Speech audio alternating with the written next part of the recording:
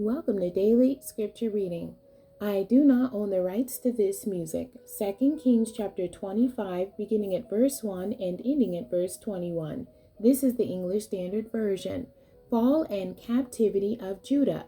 And in the 9th year of his reign, in the 10th month, on the 10th day of the month, Nebuchadnezzar, king of Babylon, came with all his army against Jerusalem and laid siege to it, and they built siege works all around it. So the city was besieged till the 11th year of King Zedekiah. On the 9th day of the 4th month, the famine was so severe in the city that there was no food for the people of the land.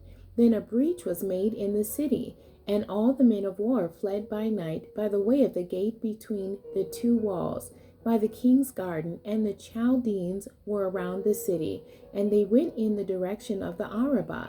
But the army of the Chaldeans pursued the king and overtook him in the plains of Jericho, and all his army was scattered from him. Then they captured the king and brought him up to the king of Babylon at Riblah, and they passed sentence on him.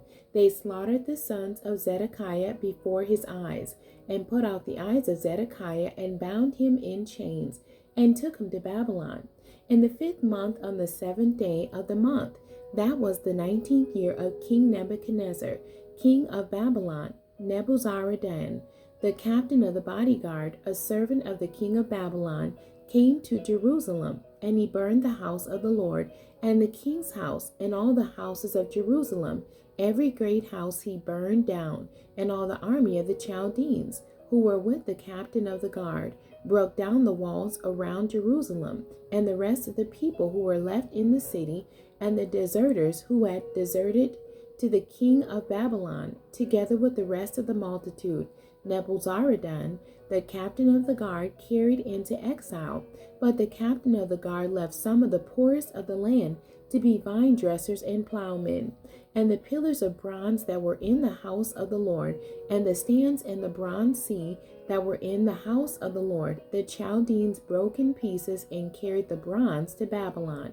And they took away the pots and the shovels and the snuffers and the dishes for incense, and all the vessels of bronze used in the temple service, the fire pans also, and the bowls. What was of gold, the captain of the guard took away as gold, and what was of silver, as silver. As for the 2 pillars, the one sea, and the stands that Solomon had made for the house of the Lord, the bronze of all these vessels was beyond weight. The height of the one pillar was 18 cubits, and on it was a capital of bronze. The height of the capital was 3 cubits. A lattice work and pomegranates, all of bronze, were all around the capital. And the second pillar had the same, with the lattice work. And the captain of the guard took Seraiah the chief priest, and Zephaniah the second priest, and the 3 keepers of the threshold.